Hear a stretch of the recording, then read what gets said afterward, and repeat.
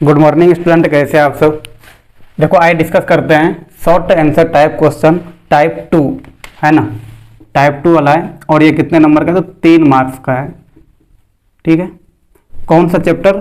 तो chapter electricity physics का, जिसमें कि इस चैप्टर का हाँ एक वीडियो आया हुआ है, उसी में शॉर्ट आंसर टाइप और वेरी शॉर्ट आंसर टाइप को डिस्कस किए हुए हैं। इस वाले वीडियो में आंसर टाइप 2 को डिस्कस करते हैं। ठीक है, शॉर्ट आंसर टाइप 2। देखो इसमें सबसे पहला क्वेश्चन क्या दे रखा है?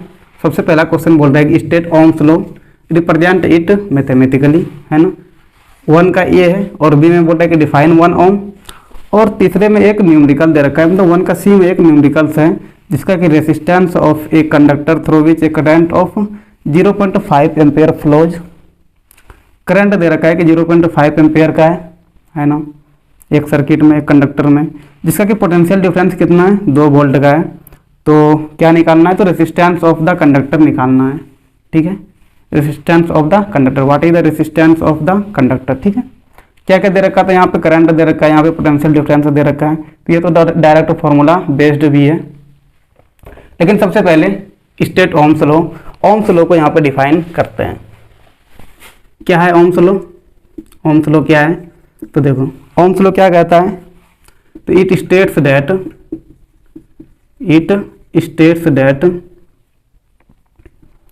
Current in a circuit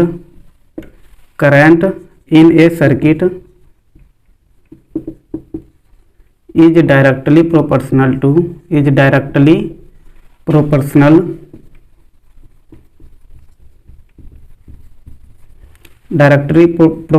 to potential difference, है ना, potential difference.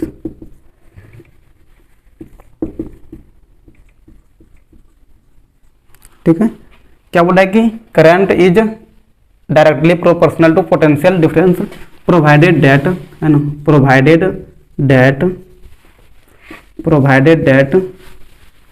Temperature and other physical quantities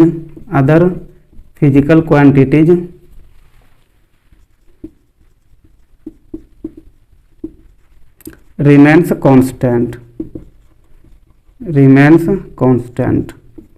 ठीक है, क्या मतलब हुआ इसका? इसका मतलब सिंपली ये हो गया कि करंट जो है वो डायरेक्टली प्रोपोर्शनल है किसका? पोटेंशियल डिफरेंस का, बी का, है ना, बी का। मतलब जितना भी बढ़ते जाएगा, जितना भी बढ़ेगा उतना ही करंट सर्किट में ज़्यादा फ्लो करेगा। यही मतलब हुआ डायरेक्टली का। तो यही मतलब होता है कि एक बढ़ेगा तो दूसरा भी बढ़ेगा। तो जैसे पोटेंशियल डिफरेंस सर्किट का बढ़ जाएगा वैसे ही करंट भी सर्किट में ज़्यादा फ्लो होगा। यही कहता है ओम्स लॉ। ठीक है, मैथमेटिकली इसको रिप्रेजेंट करना है, तो मैथमेटिकली अगर इसको रिप्रेजेंट करें, क्या बोला कि आई जो है वो डायरेक्टली प्रोपोर्शनल है बी का, बी जो है वो डायरेक्टली प्रोपोर्शनल है आई का। ठीक है, यहाँ से प्रोपोर्शनलिटी को हटाएंगे तो एक कांस्टेंट आएगा जिसको क्या बोलते हैं? आर बोलते हैं। तो V इज इक्वल टू क्या हो गया? आर आई। यहाँ पे आर क्या है? तो रेसिस्टेंस ऑफ द कंडक्टर है। ठीक है, जितना कम रेसिस्टेंस होगा उतना ही ज़्यादा करंट फ्लो करेगा, है ना। जितना रेसिस्टेंस बढ़ेगा उतना ही कम करंट फ्लो करेगा। ठीक है, यही था हमारा ओम्स लॉ। ठीक है, V is equal to I R भी उसको बोलते हैं। उसके बाद बोल रहा है कि डिफाइन 1 ओम, एक ओम को डिफाइन करना है। ठीक है, देखो डिफाइन 1 ओम ना, यहाँ से बताओ आर बराबर क्या हो जाएगा? आर बराबर हो गया V बाय आई। ठीक है, तो 1 ओम कब होगा? जब पोटेंशियल डिफरेंस कितना हो जाए? 1 वोल्ट का हो जाए, 1 वोल्ट का हो जाए, ये बी नंबर का है ना। पोटेंशियल डिफरेंस 1 वोल्ट हो जाए और करंट भी कितना हो जाए? तो 1 एम्पेयर हो जाए, 1 एम्पेयर। उस केस में जो रेसिस्टेंस होगा वो कितना होगा? तो 1 ओम का होगा। ठीक है, तो बोल रहा है कि डिफाइन 1 ओम। तो इसको डिफाइन कैसे करेंगे? हाँ, इसको डिफाइन करेंगे 1 ओम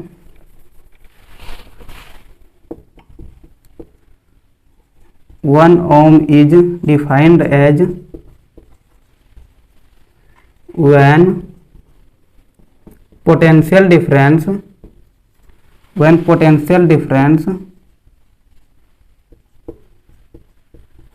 in a circuit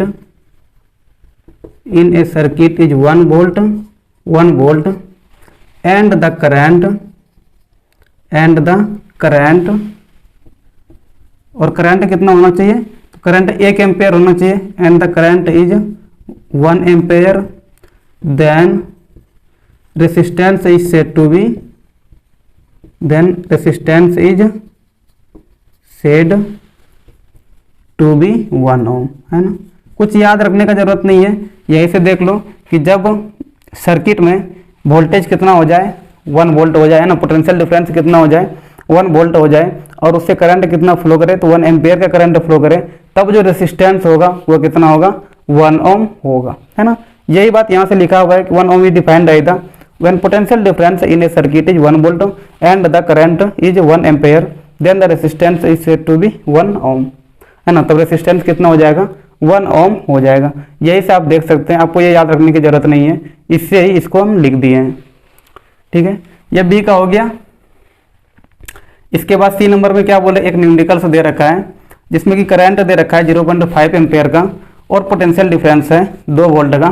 तो यहाँ पे कितना रेसिस्टेंस होगा वो निकालना है, इसको निकालते हैं, लेकिन उससे पहले थोड़ा बोर्ड को मिटा लेते हैं।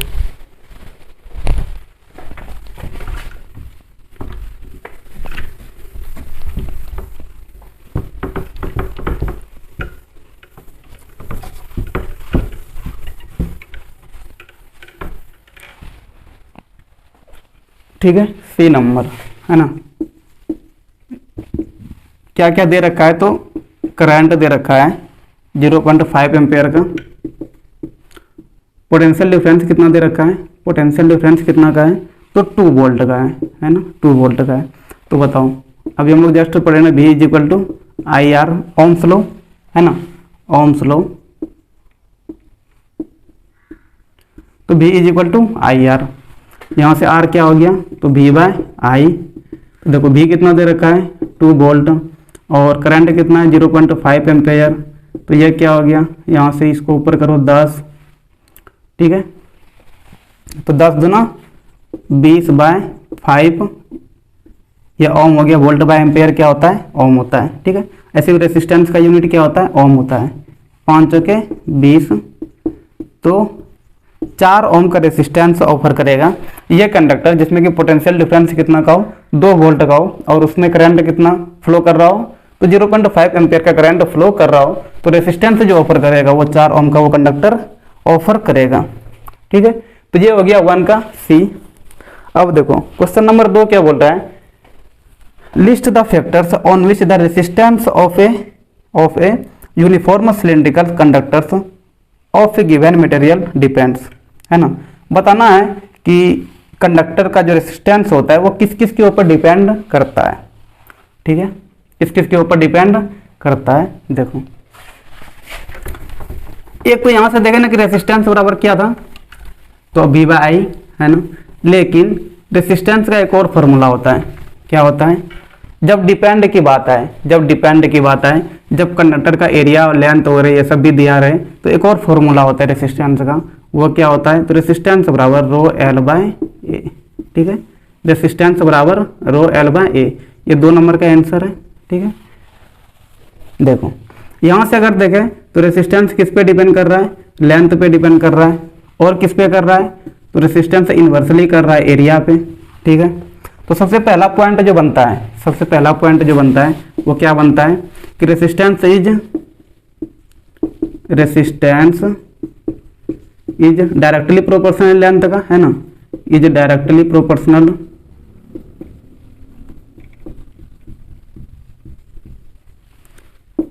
To length of the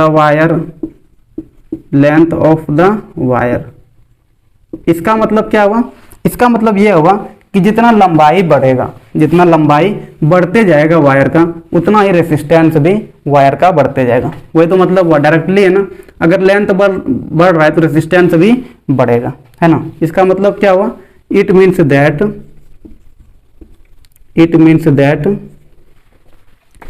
length increases, length of wire लिख दो, इंक्रीजेज, रेसिस्टेंस ऑल्सो इंक्रीजेज, है ना, resistance also increases.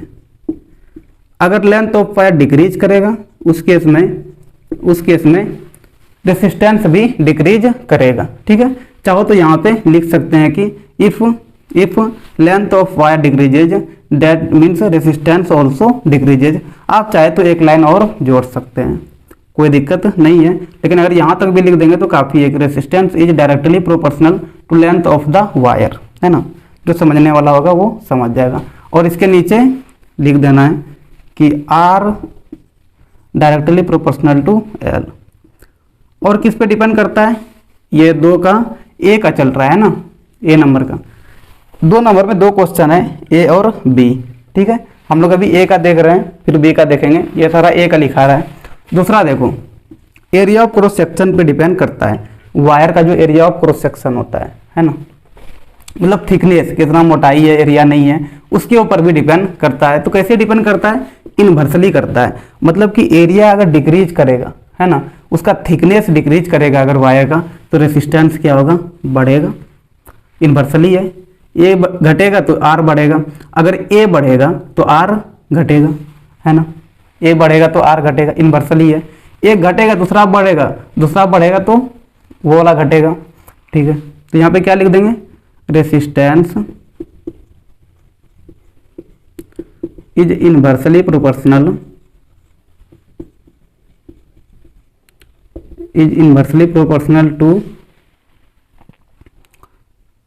To the area of cross section, है ना, area of cross section of wire, है ना। इसका मतलब क्या हुआ, it means that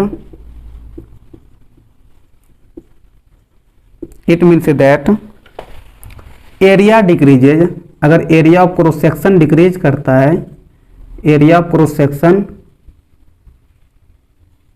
decreases, resistance increase, है ना। ठीक है, एरिया ऑफ क्रॉस सेक्शन अगर डिक्रीज करेगा तो रेसिस्टेंस क्या होगा, बढ़ेगा। अगर area of cross section increase करेगा तो रेसिस्टेंस फिर क्या होगा, डिक्रीज करेगा। इसका भी मैथमेटिकली लिख सकते हैं, आर इनवर्सली प्रोपोर्शनल टू ए। ठीक है, ये 2 फैक्टर हो गया। और क्या क्या फैक्टर्स हो सकता है, हो सकता है, तो देखो टेम्परेचर पे भी डिपेंड करता है ना। Resistance is directly proportional to temperature, directly proportional to temperature, है ना। कितना वायर में टेम्परेचर है उस पर भी डिपेंड करता है रेसिस्टेंस। कैसे करता है, तो डायरेक्टली करता है, R directly proportional to T. मतलब टेम्परेचर बढ़ेगा तो रेसिस्टेंस भी बढ़ेगा, टेम्परेचर घटेगा तो रेसिस्टेंस भी घटेगा। ऐसे अगर प्रैक्टिकली सोचे ना कि जैसे वायर का टेम्परेचर बढ़ा, जो इलेक्ट्रॉन्स फ्लो कर रहा है वो क्या होगा, ज़्यादा टकराएगा ना, ज़्यादा टकराएगा तो उसके फ्लो को क्या करेगा, रोकेगा, है ना। और जब रोकेगा उसके फ्लो को तो कम करंट फ्लो करेगा, वही तो है। मतलब कि रेसिस्टेंस बढ़ गया।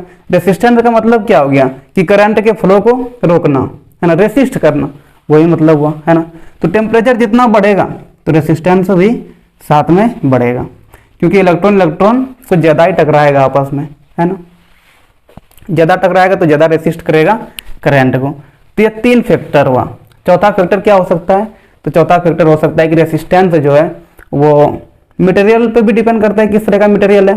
जैसे प्लास्टिक है, प्लास्टिक क्या है, बैड कंडक्टर ऑफ इलेक्ट्रिसिटी है। लेकिन अगर वही हम लोग कोई कॉपर वायर ले लें तो वो गुड कंडक्टर ऑफ इलेक्ट्रिसिटी है। तो नेचर ऑफ मटेरियल के ऊपर भी डिपेंड करता है रेसिस्टेंस, है ना। देखो चौथा क्या हो जाएगा,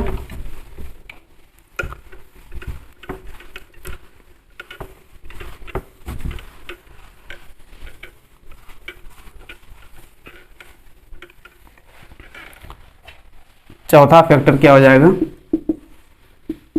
तो depends on nature of materials, है ना। Depends on nature of material. ठीक है, अगर एग्जांपल में देखें तो जैसे कॉपर वायर है, है ना। कॉपर वायर है तो यह गुड कंडक्टर ऑफ इलेक्ट्रिसिटी है, गुड कंडक्टर है ना। है ना। लेकिन अगर वही प्लास्टिक ले लें, प्लास्टिक ले लें तो प्लास्टिक क्या है, बैड कंडक्टर है, बैड कंडक्टर है। इसका मतलब ये होगा कि मटेरियल का नेचर पे भी करंट डिपेंड करता है, सॉरी करंट नहीं, रेसिस्टेंस डिपेंड करता है ना। किस तरह का रेसिस्टेंस, किस तरह का मटेरियल है उसी प्रकार से उनका रेसिस्टेंस भी होगा, है ना। तो resistance also depends on nature of material, ठीक है। तो ये हो गया आपका 2 का बी, 2 का ए हुआ। देखो 2 का बी क्या बोल रहा है,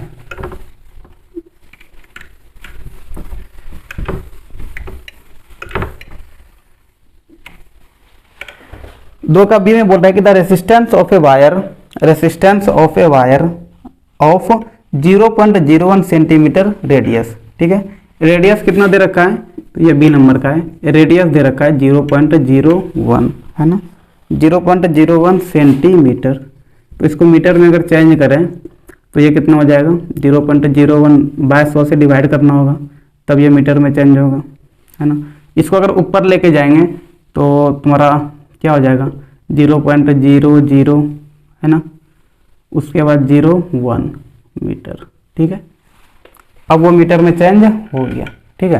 देखो यहाँ पे डेसिमल था ना, तो जब ऊपर लेके जाएंगे इस जीरो को तो यहाँ पे और 2 जीरो आ जाएगा, उसके बाद डेसिमल आएगा, तो टोटल 4 डिजिट के बाद डेसिमल आएगा। पहले से 2 था, नीचे में 2 जीरो लगा हुआ, तो 2 2 4 डिजिट हो गया, तो मतलब 4 डिजिट के बाद डेसिमल आएगा, है ना। उसके बाद देखो और क्या दे रखा है, रेसिस्टिविटी दे रखा है।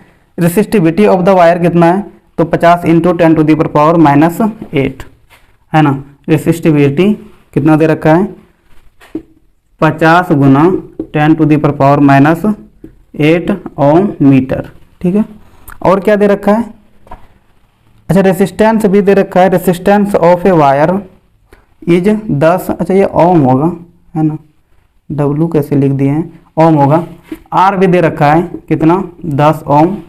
उसके बाद देखें तो निकालना क्या है, तो find the length of the wire, wire की लंबाई को निकालना है। L क्या होगा वो निकालना है, ठीक है। तो रेसिस्टेंस का एक तो फॉर्मूला V/I हो गया, एक और क्या बताए थे कि R बराबर ρL/A, ऐसा कुछ फॉर्मूला होता है ना।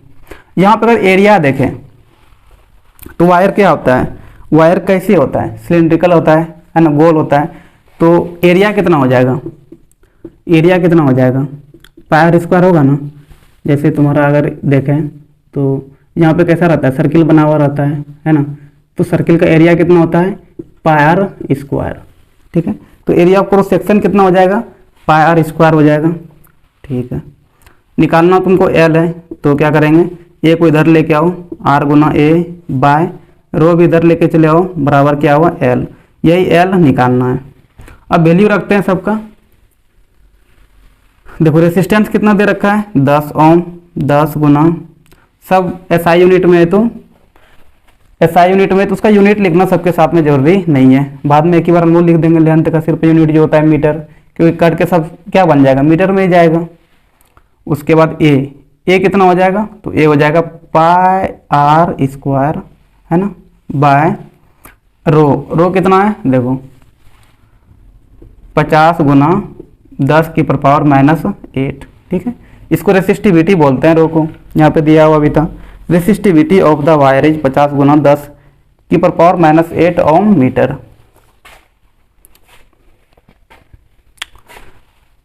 बराबर हो गया L, ठीक है। तो 10 गुना पाई का वैल्यू रख दो 3.14 गुना R कितना था, तो 0.001 का स्क्वायर बाय 50 × 10⁻⁸, ठीक है, बराबर L। थोड़ा इसको मिटाना होगा, कैलकुलेशन लंबा जाएगा थोड़ा इसका, देखो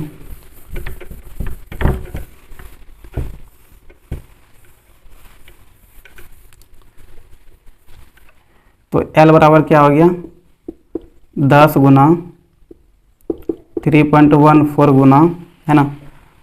इसको देखो क्या लिख देंगे, 0.00 0 1 लिख दो, और 2 बार है ना, स्क्वायर है ना, मतलब 2 बार गुना करेंगे इसको, तो गुना कर दो 0.001, ठीक है, बाय नीचे में कितना है 50 गुना 10⁻⁻8, ठीक है। इस डेसिमल को हटाओ, नीचे आएगा 1, क्या डिजिट है 4 डिजिट, तो 4 0, ठीक है। इस डेसिमल को भी हटाओ तो ये भी नीचे आएगा, 1 देखे कितना 4 0, 1 2 3 4, ठीक है 4 0, ठीक है। यहाँ पे -8 है ना, 10⁻⁻8 है, इसको ऊपर लेके चला जाओ, इस स्टेप में लेके जाते हैं, तो 10 गुना 3.14 गुना, अब देखो ये कितना बचा, एक, ये भी एक बचा, तो 1 गुना 1 ही लिखना जरूरी नहीं है। इस वाले को ऊपर लेके जाएंगे तो क्या होगा, प्लस हो जाएगा, यहाँ माइनस है, ऊपर लेके जाएंगे तो प्लस, 1 देखे कितना 0, 8 0, 1 2 3 4 5 6 7 8, है ना, बाय 50 गुना, ये तो ऊपर चला गया, इधर भी देखो कितना है, 1 देके 4 4 8 0, 1 2 3 4 5 6 7 8, यहाँ भी 1 देके 8 और यहाँ भी 1 देके 8, ये पूरा क्या हुआ, कट गया, ठीक है। क्या बच गया, 10 गुना 3.14 बाय 50, यार निकाल रहे हैं, है ना। इसको हटा के क्या करो, नीचे लेते आओ, तो ये हो जाएगा 100, 1 0 1 0, ये कट गया, ऊपर में कितना हो गया 314, बाय नीचे में कितना हो गया, है ना। अब क्या करो, 5 से उसको डिवाइड करते हैं, 314 को 5 से डिवाइड करो, तो 5 से अगर इसको डिवाइड करें तो 5 छके 30, 1 4 5 दूना 10, 4 कट गया, डेसिमल 0, 5 अट्ठे 40, है ना। 62.8 5 से कट जाएगा कितना बार में, तो 62.8 बार में।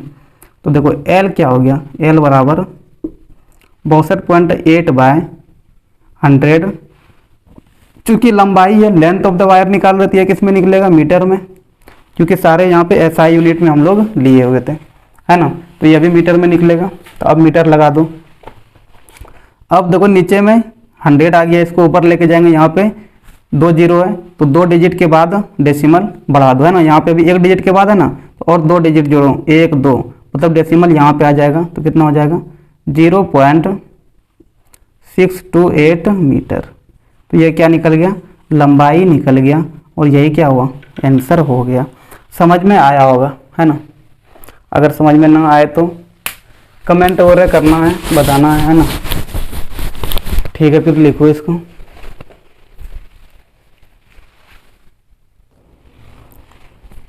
देखो क्वेश्चन नंबर 3 क्या बोल रहा है एक VI graph for a nichrome wire is given value, एक यहाँ पे ग्राफ दे रखा है ना, किसका, तो नाइक्रोम वायर का, नाइक्रोम वायर, है ना, कोई वायर है, रहने दो। क्या बोल रहा है कि draw a labelled circuit diagram to obtain such a graph, तो एक सर्किट डायग्राम बनाना है जिससे कि ये ग्राफ को ऑब्टेन किया जा सके, ठीक है। यहाँ पे देखो एक समझने वाली बात ये है ना, ग्राफ तो तभी बना पाएंगे, अगर ग्राफ दिया हुआ ही है, सर्किट डायग्राम तभी बना पाएंगे जब हम लोग इस ग्राफ को समझ पाएंगे, है ना। इस ग्राफ में क्या बोल रहे हैं कि देखो जब पोटेंशियल डिफरेंस कितना है 0.4 वोल्ट का है, इधर क्या दे रहा है, वाई एक्सिस में जो है वो पोटेंशियल डिफरेंस है, वो भी किस में, वोल्ट में, और एक्स एक्सिस में करंट है जो कि एम्पेयर में है, ठीक है।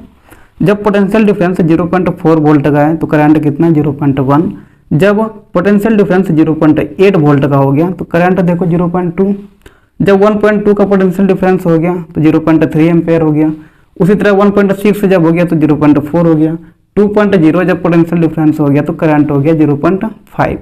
यहाँ पे देखें ना तो 0.44 से पोटेंशियल डिफरेंस बढ़ते जा रहा है ना, 4 4 8 4 12 4 16, है ना, फिर 20, ठीक है।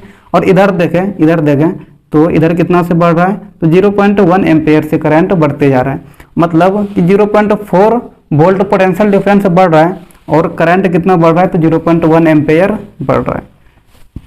यहाँ से हमें ये समझ में आ रहा है, क्या समझ में आ रहा है कि अभी हम लोग जस्ट इससे पहले जो देखें कि करंट जो होता है वो डायरेक्टली प्रोपोर्शनल होता है पोटेंशियल डिफरेंस का, जो कि ओम्स लॉ कहता है, ओम्स लॉ कहता है ना। ओम्स लॉ तो यही कह रहा था ना कि पोटेंशियल डिफरेंस बढ़ेगा तो करंट भी सर्किट में बढ़ेगा, है ना। और यहाँ पे हम लोग देखे भी कि पोटेंशियल डिफरेंस जैसे जैसे बढ़ रहा है वैसे वैसे करंट भी बढ़ रहा है। इस डायग्राम के हिसाब से है ना कि जब 1.2 वोल्ट पोटेंशियल डिफरेंस हो जाएगा सर्किट में तो कितना करंट फ्लो कर रहा है 0.3 एम्पेयर का, और जब 2.0 हो जाएगा पोटेंशियल डिफरेंस तो करंट देखो 0.5 एम्पेयर का। मतलब पोटेंशियल डिफरेंस जैसे जैसे बढ़ रहा है वैसे वैसे सर्किट में करंट का फ्लो भी बढ़ रहा है ना। मतलब ओम्स लॉ ने जो बोला है उसी के अनुसार यहाँ पे दिया हुआ भी है। अब देखो इसका एक सर्किट डायग्राम बनाने के लिए कह रहा है, ठीक है। चलो इसका एक सर्किट डायग्राम बनाते हैं। सबसे पहले क्या करो, चलो यहाँ पे एक रेसिस्टेंस मान लेते हैं। रेसिस्टेंस, एक सर्किट बनाना है, सर्किट डायग्राम बनाना है तो उसमें रेसिस्टेंस भी रहेगा, है ना, वोल्ट मीटर भी रहेगा, आम मीटर भी रहेगा, चाबी भी देना होगा, सेल भी देना होगा। सेल देना होगा ऐसा जिसका कि पोटेंशियल डिफरेंस 0.4 हो जाए, है ना। हर एक सेल का पोटेंशियल डिफरेंस क्या हो जाए 0.4 हो जाए। देखो ना अभी बनाएंगे तो समझ में आएगा, ठीक है। ये रेसिस्टेंस हो गया, ठीक है। एक वोल्ट मीटर लगा दो, और वोल्ट मीटर जब भी लगता है वो कहाँ पे लगता है तो रेसिस्टेंस का पैरेलल में लगता है ना। इधर प्लस साइन इधर माइनस साइन। यहाँ पे क्या लगा दो आम मीटर। आम मीटर जब भी लगता है वो सीरीज में लगता है ना, सीरीज में। और वोल्ट मीटर रेसिस्टेंस का पैरेलल में। करंट कैसे फ्लो कर रहा होगा तो देख के ही पता चल रहा है कि करंट ऐसे फ्लो कर रहा होगा, ठीक है। यहाँ पे चाहो तो एक चाबी भी लगा दो, है ना, की हो गया। चलो इसको आगे लेके जाओ, यहाँ पे क्या करो एक लगा दो सेल, है ना, इधर प्लस चार्ज इधर माइनस चार्ज, है ना। इसको यहाँ से ऐसे जोड़ दिए। देखो अब देखो मान लो कि इसका पोटेंशियल डिफरेंस कितना है तो 0.4 है, 0.4 वोल्ट है। इस वाले सेल का पोटेंशियल डिफरेंस 0.4 वोल्ट का है ना। अब जब 0.4 वोल्ट का पोटेंशियल डिफरेंस होगा, जो कि सेल वहां लगा हुआ है, सेल प्रोवाइड कर रहा है उतना पोटेंशियल डिफरेंस, तो करंट कितना फ्लो करेगा 0.1 एम्पियर करेगा, है ना। लेकिन यहाँ पे अगर 0.8 हो जाए तो 0.2 हो जाएगा। लेकिन 0.4 वोल्ट और बढ़ाना होगा ना पोटेंशियल डिफरेंस, है ना, और बढ़ाना होगा ना, तो इसी में तो 8 नहीं कर सकते हैं क्योंकि ये एक सेल लग गया ना 0.4 वोल्ट का। तो क्या करेंगे हम लोग ना, सेल को बनाना है ना 0.8 बनाना है ना, तो एक और सेल लगा देंगे, कितना का तो 0.8 का, सॉरी 0.4 का, है ना। 0.4 वोल्ट का एक और सेल अगर सर्किट में लगा देंगे तब टोटल कितना हो जाएगा तो 0.4 प्लस पहले से एक लगा हुआ है 0.4 तो कितना हो जाएगा 0.8 वोल्ट हो जाएगा, है ना। एक और सेल लगाना होगा तो देखो लगाएंगे, एक और सेल लगाना होगा। अब क्या करो ना, यहाँ डॉट डॉट लाइन दे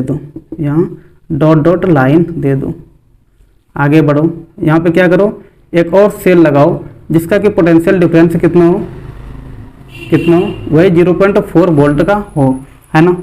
जब 0.4 वोल्ट था तब कितना करंट था, करंट सर्किट में कितना था 0.1 एम्पेयर का, है ना, 0.1 एम्पेयर, ठीक है। अब एक और सेल लगा दिए, इसका भी कितना पोटेंशियल डिफरेंस है तो 0.4 वोल्ट है, और ये दोनों किस में आ गया सीरीज में हो गया। अब नेट कितना हो गया तो 0.8 वोल्ट हो गया। लेकिन अब सर्किट में करंट कितना हो जाएगा तो सर्किट में कुल करंट कितना हो जाएगा 0.2 एम्पेयर, है ना। देखो जब 0.8 हो जाता है तब कितना होता है 0.2, अब कितना हो जाएगा 0.2 एम्पेयर का करंट।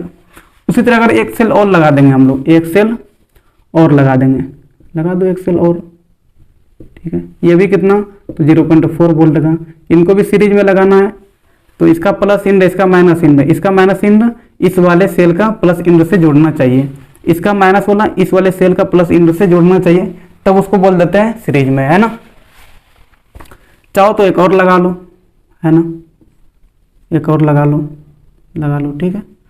और डॉट डॉट लाइन इसलिए दे रहे हैं ताकि देखो ये ग्राफ तो आगे भी बढ़ सकता है ना, ये ग्राफ तो आगे भी बढ़ सकता है ना। हम लोग कितना सेल दिखाया वहाँ पे 1 2 3 4 4 ही सेल दिखाए ना, लेकिन यहाँ पे देखो 4 चौके 16 है, 1.6 वोल्ट ही आया, है ना। और एक सेल लगाएंगे तो टोटल कितना पोटेंशियल डिफरेंस हो जाएगा सर्किट में 2.0 वोल्ट का हो जाएगा। लेकिन एक और सेल लगाने का ज़रूरत नहीं है। क्यों नहीं है? क्योंकि हमने डॉट डॉट लाइन से दिखा दिया।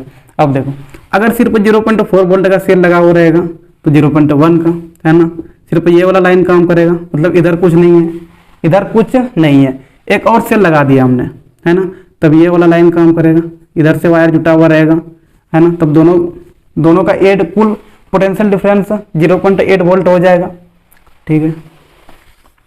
अगर हमने एक और सर्किट जोड़ दिया, अगर हमने एक और सेल जोड़ दिया, है ना, तो फिर ये वाला वायर काम करेगा, है ना, एक और जोड़ेंगे तो ये वाला वायर काम करेगा, है ना।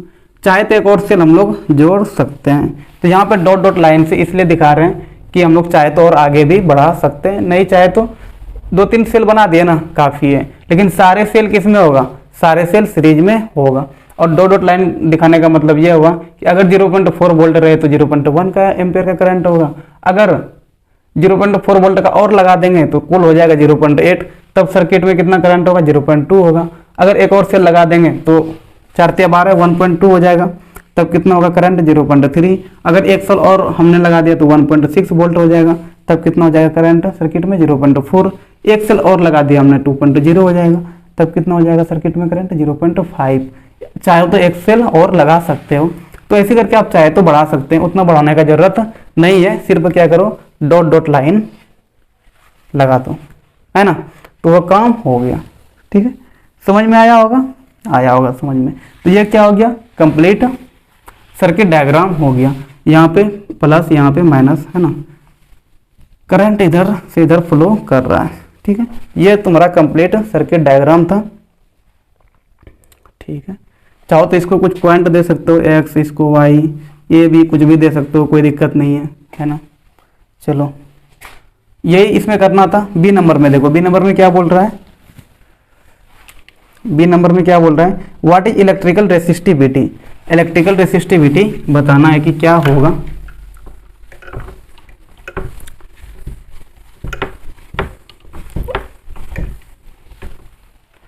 इलेक्ट्रिकल रेसिस्टिविटी क्या होता है? तो देखो, इलेक्ट्रिकल रेसिस्टिविटी, है ना, 4 नंबर का है ये, 4 का आंसर। तो electrical resistivity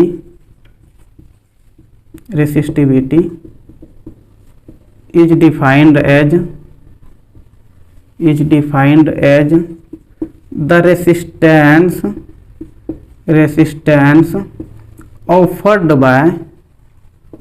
offered by the wire of length कितना? 1 मीटर, है ना, and area of cross section कितना? तो एरिया ऑफ क्रॉस सेक्शन कितना? तो 1 मीटर स्क्वायर, है ना, इज कॉल्ड इलेक्ट्रिकल रेसिस्टिविटी, है ना, इलेक्ट्रिकल रेसिस्टिविटी। देखो क्या लिखे यहाँ पे, सिंपल सा चीज यहाँ पे लिखे कि एक वायर लो जिसका लंबाई कितना है?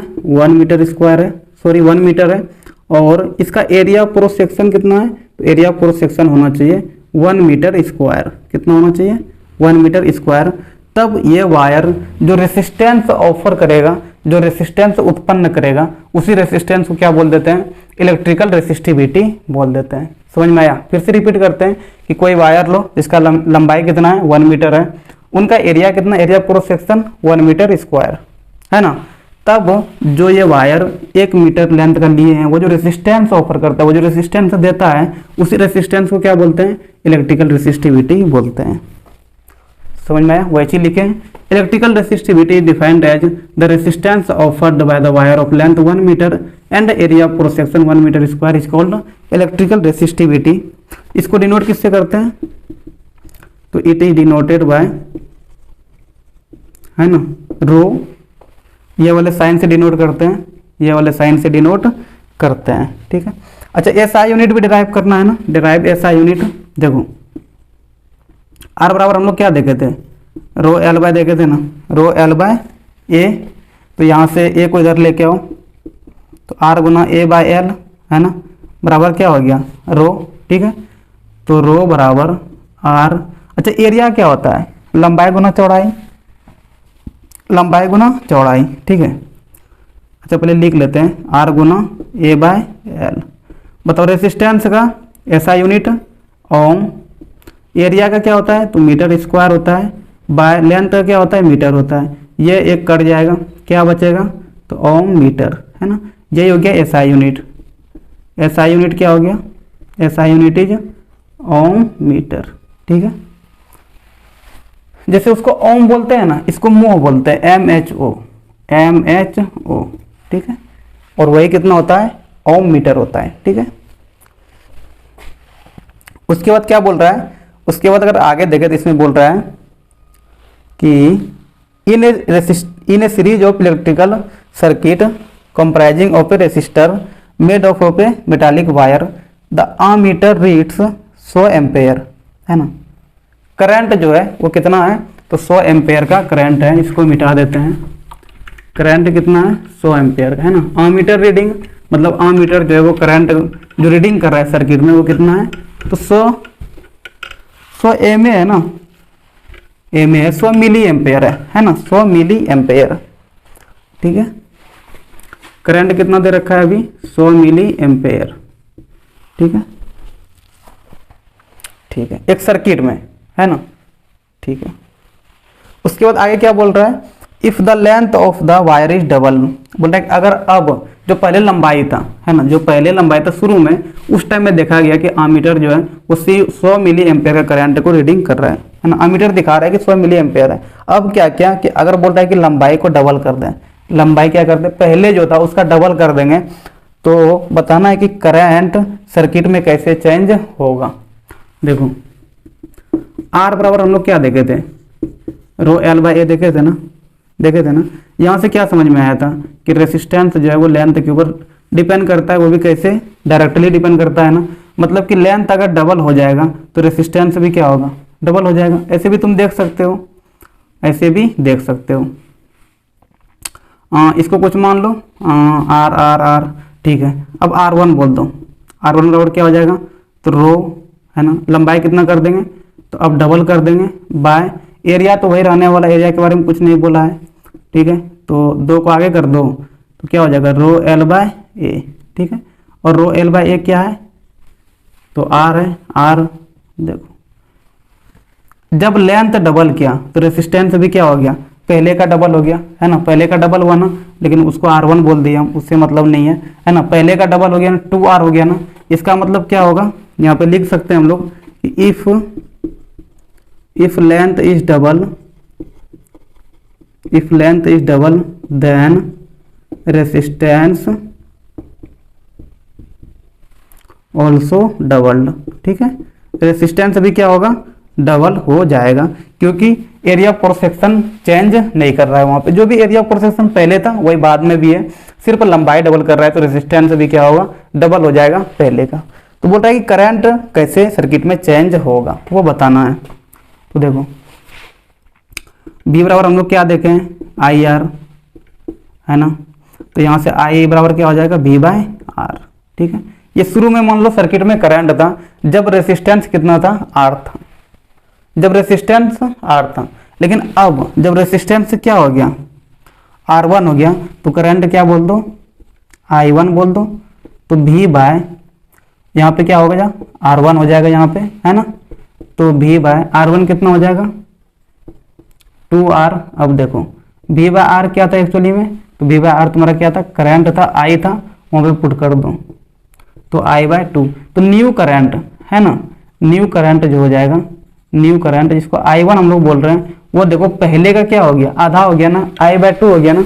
इसका मतलब क्या हुआ कि अगर लंबाई बढ़ाएंगे तो रेसिस्टेंस डबल हो जाएगा।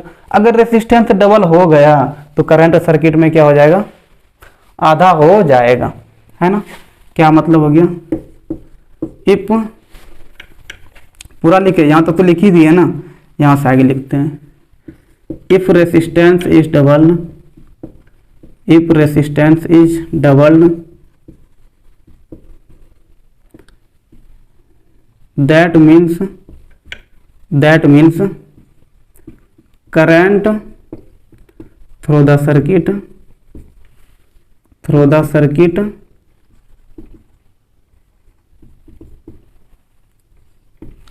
Current through the circuit is half, है ना, आधा हो जाएगा, पहले का आधा हो जाएगा। देखिए भी हम लोग कि पहले का देखो यहाँ पे करंट क्या हो गया, आधा हो गया ना, I/2 हो गया जो कि I1 है ना। शुरू में कितना था, I था, लेकिन बाद में I1 हुआ तो I1 कितना हो गया, I/2, है ना। ये चीज़ यहाँ पे पूछ रहा था कि कैसे चेंज करेगा, तो बाद में हम लोग वही देखें कि जब लंबाई बढ़ेगा तो रेसिस्टेंस भी डबल हो गया, रेसिस्टेंस डबल हो गया तो करंट क्या हो गया, आधा हो गया। तो देखो यहाँ पे एक चीज़ दे रखा था ना, करंट दे रखा था ना कि शुरू में कितना है 100 मिली एम्पेयर है, तो बाद में कितना करंट होगा, तो बाद में कितना करंट हो जाएगा।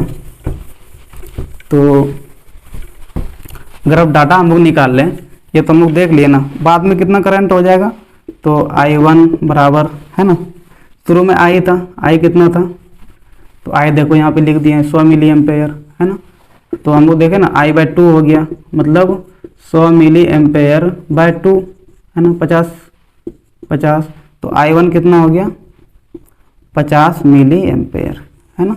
कैसे चेंज हुआ सर्किट में करंट, समझ में आया, आधा हो गया, है ना। इसी के बारे में यहाँ पे पूछ रहा था और यही क्या हो जाएगा, आंसर हो जाएगा। ठीक है, शायद वीडियो काफ़ी लंबा भी हो गया होगा, तो आज यही 4 क्वेश्चन ही डिस्कस करके छोड़ देते हैं, 2 क्वेश्चन और बच गया। अगले वीडियो में उस 2 क्वेश्चन को डिस्कस करेंगे और साथ ही साथ लॉन्ग आंसर टाइप क्वेश्चन भी 1-2 देख लेंगे उसी वीडियो में। ठीक है, चलो फिर, थैंक यू, पढ़ाई लिखाई करो, धन्यवाद।